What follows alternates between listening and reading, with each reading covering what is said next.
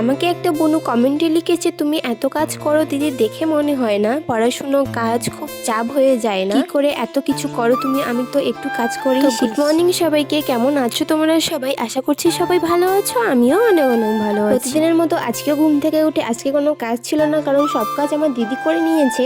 তো উঠে আমি ব্রাশ টাশ করে কিছু না খেয়ে আগে কিছু সবজি কাটলাম, কেটে কালকে রাতে পিঠে ভাজা হয়েছিল, সেই পিঠেগুলো খেলাম আর সাথে একটা মিষ্টিও নিয়েছিলাম, কারণ দিদিরা কালকে মিষ্টি নিয়েও আসছিল। তোমরা অনেকে বলো যে আমাদের কমেন্টের রিপ্লাই দাও না, তো এখন থেকে ভাবছি আমি ভিডিওতে তোমাদের কমেন্টের রিপ্লাই দিব। প্রত্যেকদিন ভিডিওতে একটা করে কমেন্টে আমি রিপ্লাই দিব।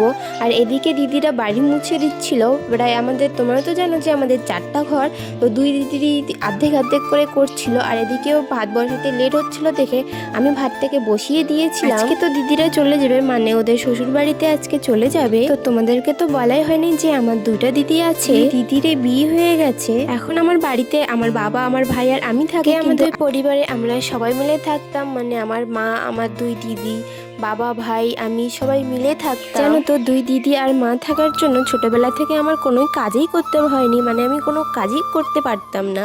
এই 3 বছরে আমি সব কাজ শিখেছি, রান্না বান্না সবকিছু। এই বোনটা কমেন্টে লিখেছে যে এত কিছু তুমি কিভাবে করো? পরিস্থিতি মানুষকে যে কোথা থেকে কোথায় নিয়ে যায়। আমি তো ছোটবেলা থেকে কোনোদিনও ভাবতেও পাইনি যে আমি এইরকম পরিস্থিতির মধ্যেও কি করব বলো, করতে তো হবে। আমি না করলে ভাই আর বাবাদেরই বা কে দেখতো। আজকে দিদিরা বাড়ি চলে যাবে, আর ওরা আসলে তো পুরো বাড়িটাকে একদম মাতিয়ে রাখে। আর আজকে বাড়িটা ফাঁকা হয়ে যায়। বাকি রান্নাটা দিদি করেছিল, তো খাওয়া দাওয়া কমপ্লিট করে রেস্ট করছিলাম।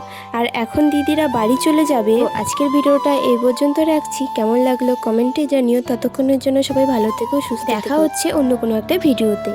গাইস, আমি বাড়ি যাই, কান্না শুরু করতেছি।